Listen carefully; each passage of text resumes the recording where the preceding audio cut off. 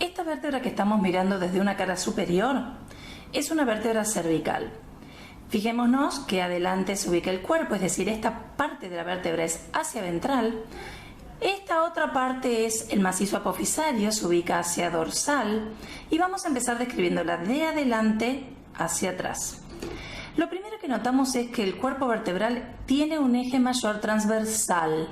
Esa es característica de una vértebra cervical y se vuelve a repetir esta característica, obviamente con otros volúmenes de cuerpo, a nivel lumbar. Si miramos de frente el cuerpo vertebral, vamos a poder describir en la cara superior a ambos lados, es decir, ubicado lateralmente, dos prolongaciones, dos apófisis. Estas apófisis se llaman apófisis unciformes o, si no, también apófisis semilunares. ¿Por qué unciformes? Porque serían con forma de gancho. Estas apófisis no nacen con nosotros, sino que se desarrollan a partir del 9º o 10º año de vida. Y fíjense que si movemos un poco la vértebra, podemos ver que la apófisis unciforme se prolonga de adelante hacia atrás por todo ese borde lateral del cuerpo. Ahora, si miramos desde abajo el cuerpo vertebral, vemos también que a cada lado de su cara inferior tenemos dos facetas articulares. ¿Para qué pueden servir esas facetas articulares? Para que cuando articulamos una vértebra cervical sobre otra, esas apófisis articulares queden articuladas con el cuerpo de la vértebra suprayacente. A esta articulación la vamos a llamar articulación uncovertebral y hay una de cada lado. Si volvemos a la vista superior de la vértebra, podemos ubicar por detrás de los cuerpos a ambos lados a los pedículos, un pedículo de un lado y otro pedículo del otro. Los pedículos están puestos oblicuos hacia atrás y hacia afuera, hacia atrás y hacia afuera, uniendo los cuerpos al resto del macizo apofisario. Pero esos pedículos, si nosotros nos fijamos bien, son anchos, de tal forma que cuando los miramos de costado, podemos ver que en el borde superior de esos pedículos hay una escotadura. Esa escotadura es la escotadura por donde sale el nervio raquídeo. Ahí se ve perfecto por donde sale el nervio raquídeo. Fíjense que la emergencia del nervio raquídeo es por detrás de este agujerito que vamos a ver ahora, de este foramen, que es el foramen transverso. Vamos a seguir ahora con la descripción del macizo apofisario. Si comenzamos de adelante hacia atrás, lo primero que debemos describir son las apófisis transversas. Como nosotros ya sabemos cuál es una apófisis transversa, supuestamente tendremos que esperar una estructura puesta transversalmente y alargada. Fijémonos que a nivel cervical la estructura de una transversa es totalmente distinta. Se puede describir que nace de una raíz anterior que sale del cuerpo y una raíz posterior que sale del pedículo. Estas dos raíces, anterior y posterior, están unidas por un puente óseo. Esa es la apófisis transversa, las dos raíces más el puente óseo. Fíjense que dentro de esa apófisis transversa queda delimitado un orificio llamado foramen transverso. ¿Qué más podemos describir en una apófisis transversa? Un tubérculo anterior y un tubérculo posterior. En los tubérculos anteriores de las vértebras cervicales, no de todas, de algunas, nacen los músculos escalenos anterior y medio, y en el tubérculo posterior de las cervicales nace el músculo escaleno posterior. Ya describimos un cuerpo vertebral cervical, vamos a describir ahora el macizo apofisario. Como se describe de adelante hacia atrás, vamos a comenzar describiendo las apófisis transversas, que son totalmente distintas a lo que uno espera. Uno siempre espera que una transversa sea alargada y puesta justamente como marca el indicador, en posición transversal. Pero a nivel cervical son diferentes. Se puede describir que una apófisis transversa cervical nace por dos raíces. Una raíz anterior, que nace del cuerpo, y una raíz posterior que nace del pedículo.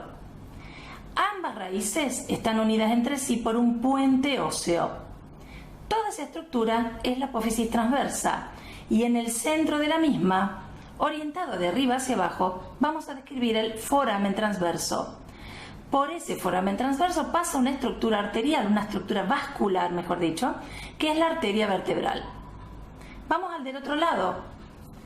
Si mostramos de este lado encontramos tubérculo anterior, tubérculo posterior, raíz anterior que nace del cuerpo, raíz posterior que nace del pedículo, foramen transverso, y vamos a dedicarnos ahora a describir mínimamente los tubérculos. Los tubérculos anteriores de las apófisis transversas sirven para que nazcan ahí los músculos escaleno anterior y escaleno medio, mientras que el tubérculo posterior sirve para la inserción, mejor dicho, para el origen del músculo escaleno posterior. Si seguimos hacia atrás, encontramos las apófisis articulares superiores y un poquito más atrás de las apófisis articulares las dos láminas. Estas láminas, si uno se fija, son delgadas, pero cuando movemos la vértebra y las miramos desde atrás vamos a ver que son más anchas que altas. Volvemos a colocar la vértebra. Podemos decir que en la unión de ambas láminas se fija la apófisis espinosa.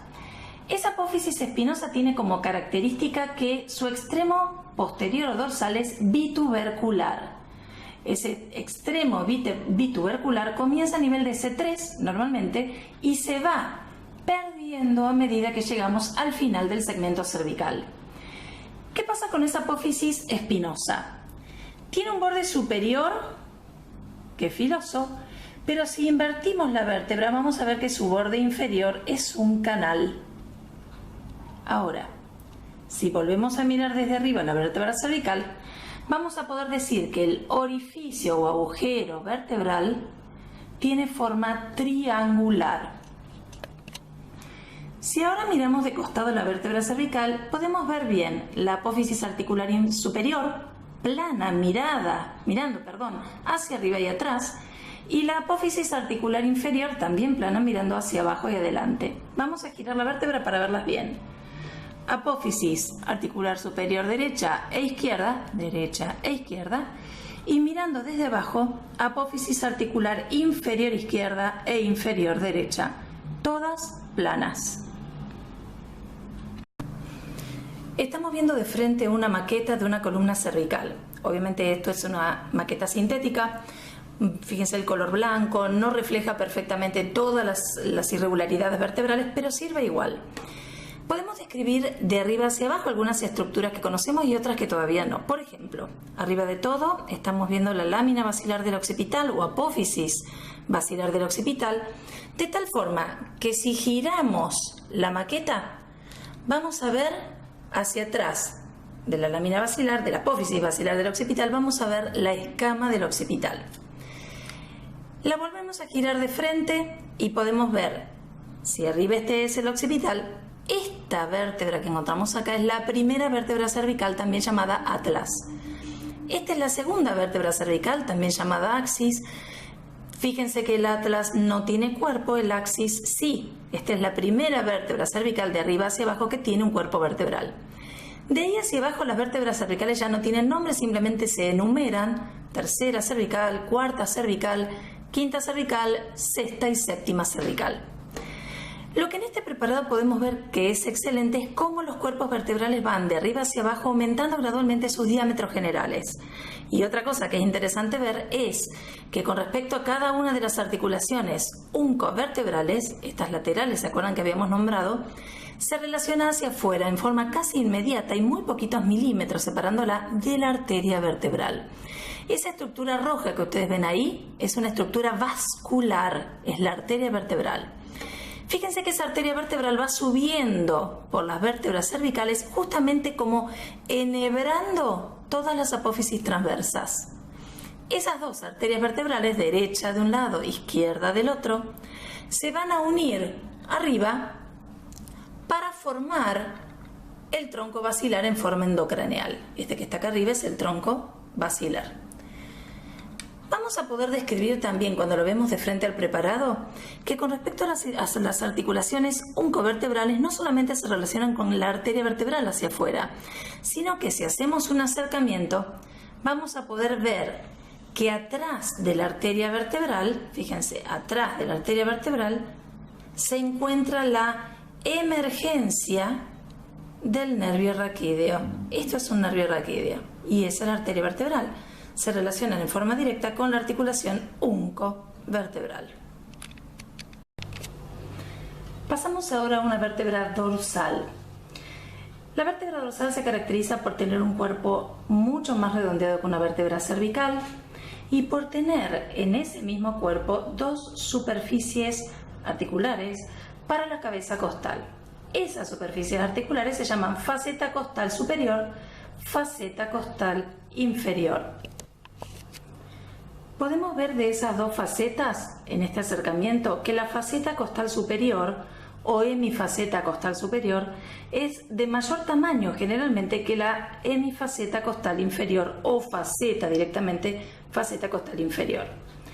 Lo que sí podemos ver es que a la altura del pedículo, el pedículo es mucho más grueso que a nivel cervical, es decir, es más firme, pero que la escotadura que a nivel cervical la encontramos en el borde superior, ahora la vamos a encontrar a nivel inferior, es decir, que el nervio raquídeo va a salir por acá, por este espacio.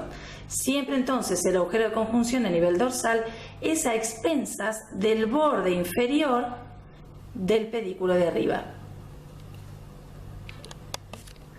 Las apófisis transversas están orientadas hacia atrás y afuera, y una característica es que en el extremo distal de su cara anterior presentan una faceta costal transversa, destinada a articular con la tuberosidad costal. Pasamos ahora a una vértebra dorsal. La vértebra dorsal se caracteriza por tener un cuerpo mucho más redondeado que una vértebra cervical y por tener en ese mismo cuerpo dos superficies articulares para la cabeza costal. Esas superficies articulares se llaman faceta costal superior, faceta costal inferior. Podemos ver de esas dos facetas en este acercamiento que la faceta costal superior o hemifaceta costal superior es de mayor tamaño generalmente que la hemifaceta costal inferior o faceta directamente faceta costal inferior. Lo que sí podemos ver es que a la altura del pedículo, el pedículo es mucho más grueso que a nivel cervical, es decir, es más firme, pero que la escotadura que a nivel cervical la encontramos en el borde superior, ahora la vamos a encontrar a nivel inferior, es decir, que el nervio raquídeo va a salir por acá, por este espacio. Siempre entonces el agujero de conjunción a nivel dorsal es a expensas del borde inferior del pedículo de arriba. Las apófisis transversas están orientadas hacia atrás y afuera, y una característica es que en el extremo distal de su cara anterior presentan una faceta costal transversa, destinada a articular con la tuberosidad costal. Lo último que tenemos para nombrar de una vértebra dorsal es que su agujero vertebral es redondeado en vez de triangular. Vamos a describir una cara superior de una vértebra lumbar. Lo que primero llama la atención siempre de una vértebra lumbar no son los diámetros mayores, porque siempre hay que comparar con otra vértebra, sino la robustez de todas sus porciones. Si miramos una vértebra lumbar de costado, vamos a ver que es toda robusta por donde la miremos. Mucha cantidad de hueso compacto, estructura general muy fuerte, muy resistente. Como todas las vértebras, vamos a empezar describiéndola de adelante hacia atrás y vamos a primero siempre comenzar por el cuerpo vertebral, que en este caso, igual que a nivel cervical, tiene un eje mayor transversal. Si miramos el ángulo superior y externo del cuerpo, vamos a ver que de cada uno de ellos sale con orientación antero-posterior los dos pedículos. Esos pedículos son robustos, son gruesos, en general como toda la vértebra lumbar, y vamos a poder ver, si lo miramos de costado, que su borde inferior es el que presenta la escotadura, muy semejante a la escotadura que presentan las vértebras dorsales, los pedículos de las vértebras dorsales. Aprovechamos para recordar que a nivel cervical la escotadura está en el borde superior. Obviamente esas escotaduras sirven para formar los forámenes de conjunción. ¿Qué pasa a la altura media aproximadamente del pedículo? Se implanta esta prolongación que es la apófisis costiforme. ¿Por qué costiforme? Porque parece que fuera una costilla involucionada, es decir, una costilla de menores dimensiones que una costilla común. Si miramos hacia atrás, en la base de esta apófisis costiforme, encontramos la apófisis articular superior. Esa apófisis articular superior tiene orientada hacia adentro y atrás su superficie articular. Esa superficie articular es un segmento de cilindro cóncavo, plano en sentido vertical y cóncavo en sentido anteroposterior. También se puede decir que esa apófisis articular superior se está implantando en la lámina, en la parte superior y externa de esa lámina. Pero fíjense que coincide el implante de la apófisis articular superior con el implante también de la apófisis costiforme. Nos vamos hacia atrás y vamos a poder decir que de esa apófisis costiforme hacia afuera hay como una especie de rodete óseo, es un engrosamiento. Ese rodete óseo presente de los dos lados, como todo, siempre simétrica la vértebra, se llama tubérculo mamilar y es un punto rugoso donde se insertan los músculos erectores del tronco. Vamos hacia atrás y hacia atrás podemos ver a ambos lados las láminas. Esas láminas vamos a poder describirlas que son mucho más altas que anchas, son más altas que anchas. Son láminas robustas, resistentes y fuertes, orientadas de arriba y adentro hacia abajo y afuera, o sea que tienen una posición bastante oblicua. Esas láminas abajo y afuera, es decir, en su ángulo inferior y externo, presentan las apófisis articulares inferiores. Las apófisis articulares inferiores, ahí las vemos bien, son segmentos de cilindro convexo, plano de arriba abajo, convexo en sentido transversal y orientadas hacia adelante y afuera. En la unión de las láminas podemos ver el implante de la apófisis espinosa, que si miramos bien es una apófisis espinosa muy particular porque es cuadrilátera, muy fuerte, horizontal y aplanada en sentido transversal. Aplanada en sentido transversal. Lo último que nos faltaría decir de la vértebra lumbar es que tiene un foramen vertebral triangular. Ese triángulo tiene sus lados aproximadamente iguales, pero a diferencia de las vértebras cervicales, el foramen vertebral es chico, porque recordemos que a esta altura ya no tenemos médula espinal, sino que solamente tenemos a esta altura la presencia de la cola de caballo, es decir, las últimas raíces raquídeas sin médula presente. Si observamos un hueso sacro desde una vista anterior, estamos mirando el sacro articulado en una pelvis, podemos describir que el sacro tiene forma general de triángulo visto de delante, es decir, de una pirámide invertida.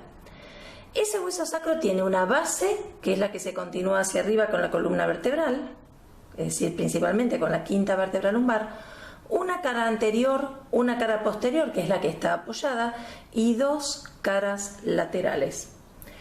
En la cara anterior del sacro podemos describir una serie de crestas transversales, que es el lugar donde tendría que existir un disco intervertebral, es decir, que esas crestas transversales son la fusión de un cuerpo vertebral al otro, de lo que antiguamente fueron un cuerpo vertebral al otro. Nosotros nacemos con el sacro separado en piezas diferentes, con esta forma, ojo, no con forma de vértebra, con esta forma, pero no totalmente fusionadas entre sí, y el primer tiempo de vida, en los primeros meses de vida, es cuando empiezan a fusionarse para completarse al sacro como un hueso único. Quiere decir que si esta es la primera cresta, este sería el primer cuerpo sacro, segunda cresta, segundo cuerpo sacro, tercer cresta, tercer cuerpo sacro, cuarto cuerpo sacro y quinto cuerpo sacro. Acá lo que no tenemos es presencia del coxis. Lo que sí podemos ver es que en el extremo de cada una de estas crestas transversales podemos ver un foramen, un orificio, que es mejor dicho, forámenes sacros anteriores. Esto relativamente no tiene mucho que ver con una vértebra, pero sí podemos ver lo que antiguamente entonces eran los cuerpos. Donde sí podemos encontrar algo bastante parecido a una vértebra es en la base del sacro. Fijémonos la base del sacro, cómo está hecha, qué es lo que podemos observar. Es bastante parecida a una vértebra como ya la conocemos. Adelante, es decir, orientada hacia el interior de la pelvis, la cara superior del primer cuerpo sacro.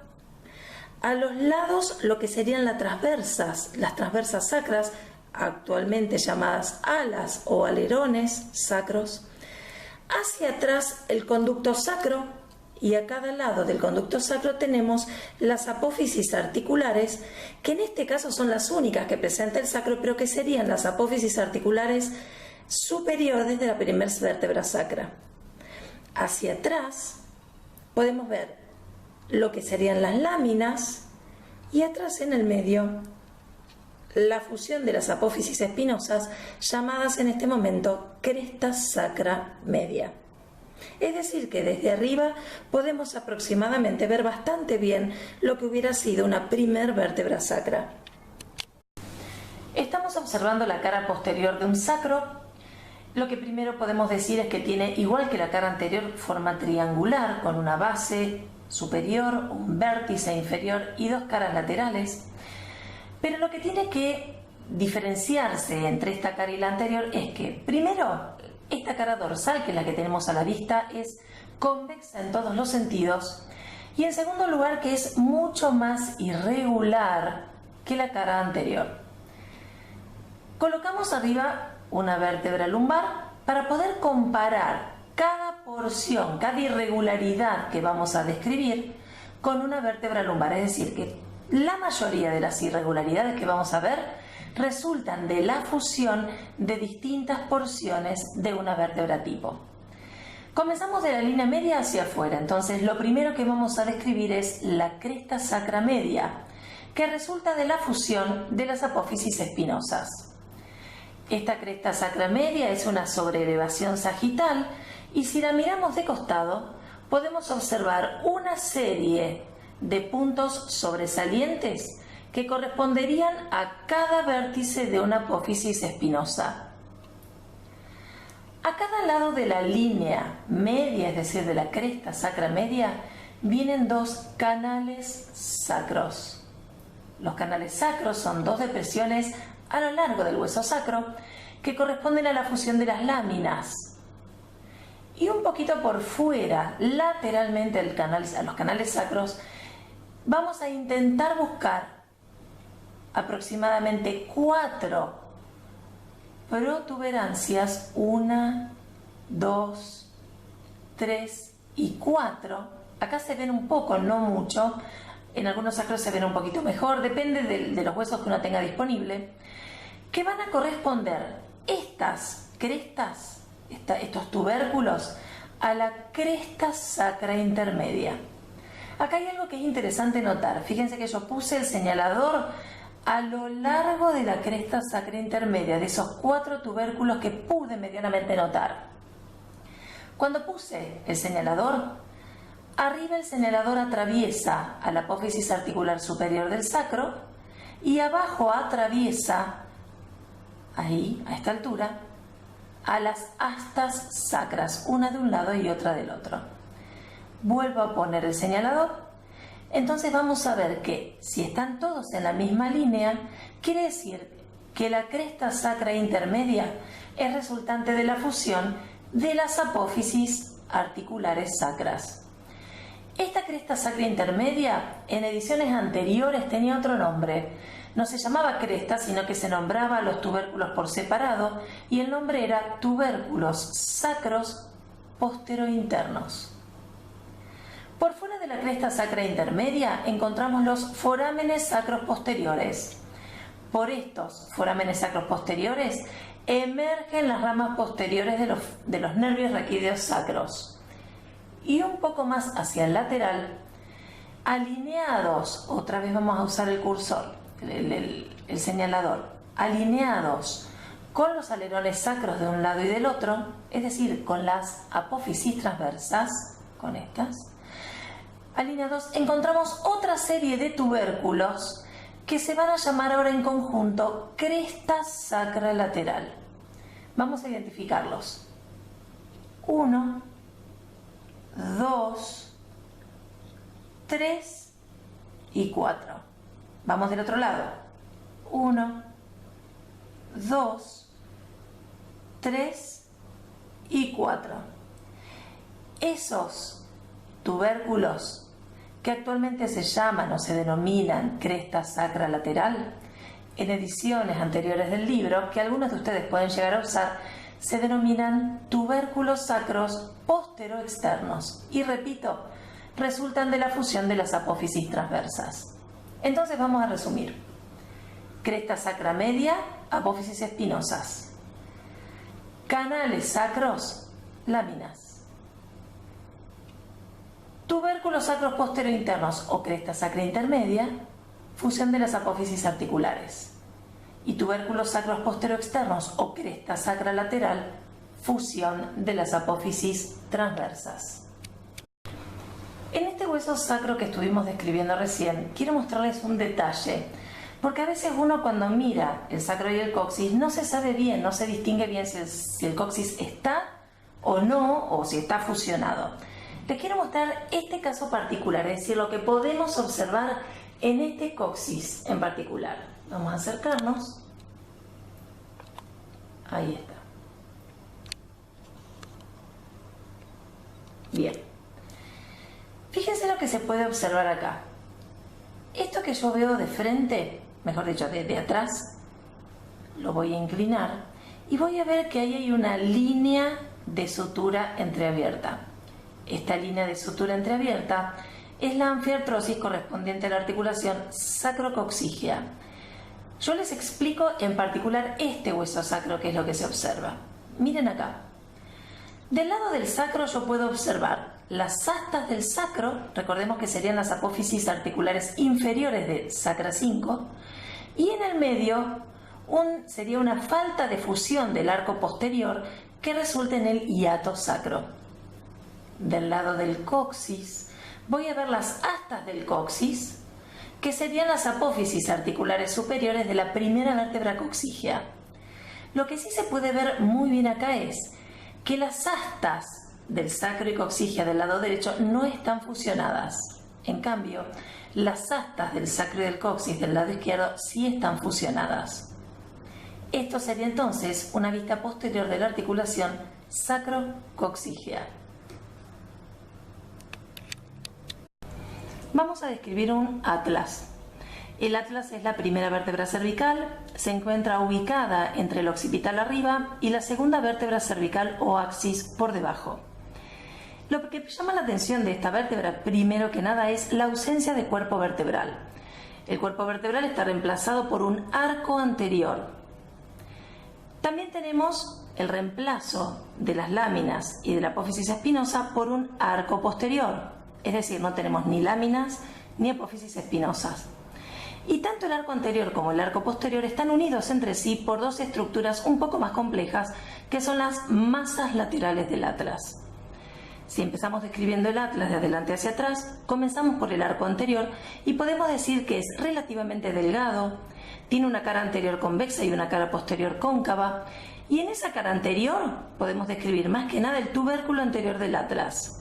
Y en la cara posterior podemos describir una superficie articular en segmento de cilindro cóncavo llamada fosa odontoidea, para que articule la cara anterior de la apófisis odontoidea o diente del axis.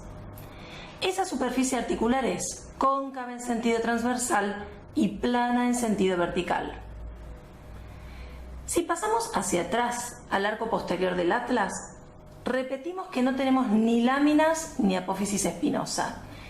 Todo el arco tiene un aspecto general no muy sólido, pero podemos decir que es aplanado hacia adelante y hacia atrás se adelgaza. La parte plana, que corresponde a la parte posterior, a la región posterior de las masas laterales, tiene tanto de un lado como del otro lado dos canales. Esos canales son para el paso de la arteria vertebral. ¿Cuál es el recorrido? La arteria vertebral sale del foramen transverso, se curva hacia atrás, pasa por arriba del arco posterior del atlas y sube para ingresar al endocráneo. Si vamos hacia atrás a lo que faltó describir del arco posterior, decimos que es relativamente aplanado de adelante hacia atrás. Y en el centro, en la línea media, presenta un tubérculo posterior que a veces, más que un tubérculo, acá no se ve muy bien, es como una cresta que separa dos vertientes, una a cada lado. Vamos a describir ahora las masas laterales del atlas, que repito, es la parte un poquito más compleja que tiene la primera vértebra cervical. Si observamos desde arriba, lo primero que llama la atención es a cada lado en la cara superior de las masas laterales una superficie llamada cavidad glenoidea del atlas. Estas dos cavidades glenoideas, una de cada lado, sirven para articular el atlas al hueso occipital del cráneo. Cada una de estas cavidades glenoideas tiene un eje oblicuo, un eje mayor oblicuo, orientado de adelante y adentro hacia atrás y afuera. Y si fijamos un poquito el detalle, vamos a ver que cada una de las cavidades glenoideas tiene en general, a veces se ve mejor, a veces no tanto, un estrechamiento en la parte media, lo que le da a esa cavidad glenoidea un aspecto general de suela de zapatilla. Ahora, en la cara interna de las masas laterales vemos de un lado y del otro dos tubérculos. Esos tubérculos tienen el punto de inserción, sirven para la inserción de un ligamento sumamente importante que es el ligamento transverso. El ligamento transverso, que va de una masa lateral a la otra, pasa por detrás de la apófisis odontoides y sirve justamente para que la apófisis odontoides no se desplace hacia atrás. Ese ligamento transverso es la parte transversal justamente de un ligamento que nosotros llamamos ligamento cruciforme.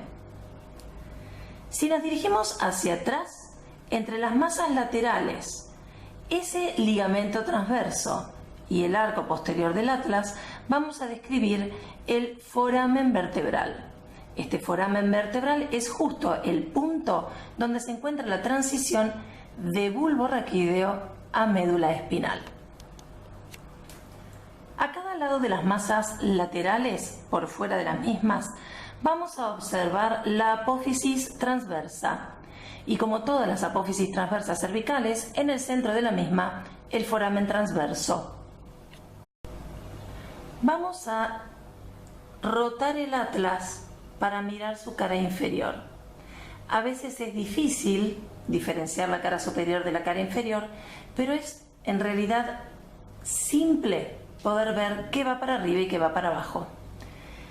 Las masas laterales se ven parecidas, pero cuando miramos de frente un atlas, vamos a ver que nada que ver la orientación de las cavidades glenoideas en la cara superior del atlas, de las masas laterales, con la orientación de las superficies articulares para el axis, que tienen orientación oblicua hacia abajo y adentro. Ahí se ve bien la orientación oblicua hacia abajo y adentro.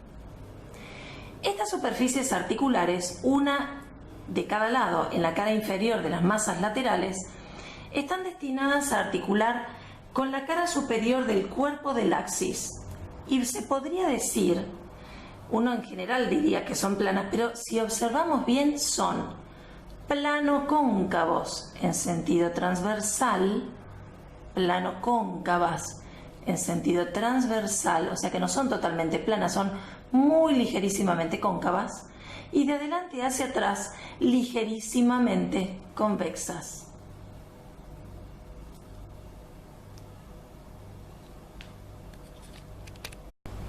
Vamos a describir la segunda vértebra cervical, también llamada axis.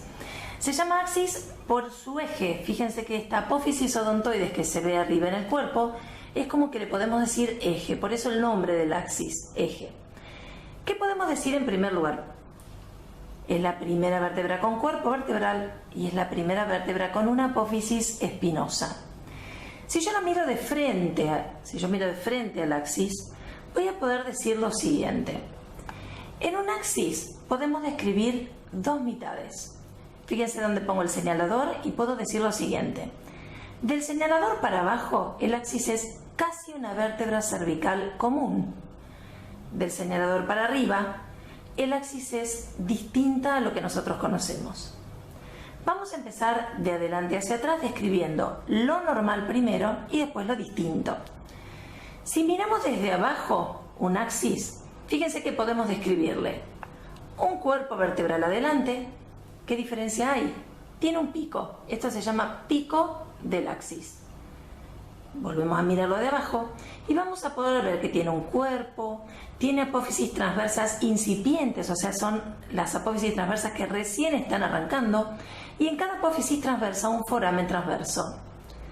Hacia atrás encontramos las primeras apófisis articulares inferiores, planas, orientadas hacia abajo y adelante, y hacia atrás las dos primeras láminas que vamos a encontrar en una vértebra, y en el medio entre ambas láminas el implante de la primera apófisis espinosa. Si se fijan, esta apófisis espinosa tiene lo que nosotros vimos en las vértebras cervicales, que son dos tubérculos en su extremo. ¿Qué podemos describir del cuerpo mirándolo desde atrás y un poquito de costado? Primero, lo que llama la atención en la parte superior es la presencia en la línea media de la apófisis odontoides. Esa apófisis odontoides presenta tanto en su cara anterior como en su cara posterior dos superficies articulares. Si miramos la superficie articular en la cara anterior, es un segmento de cilindro convexo, plano de arriba abajo y convexo en sentido transversal.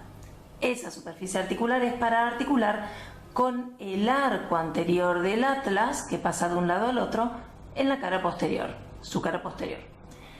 Si invertimos el axis y ahora lo miramos desde atrás, vamos a ver en la cara posterior del axis otra superficie articular, pero esta vez no es para otro hueso, sino que es para un ligamento. Es para el ligamento transverso, que era ese que iba de una masa lateral del atlas a la otra masa lateral del atlas, asegurando la apófisis odontoides hacia adelante. A cada lado de la apófisis odontoides vamos a ver dos superficies articulares. Esas superficies articulares están orientadas hacia arriba y levemente hacia afuera, y son superficies articulares para articular con la cara inferior de las masas laterales del atlas.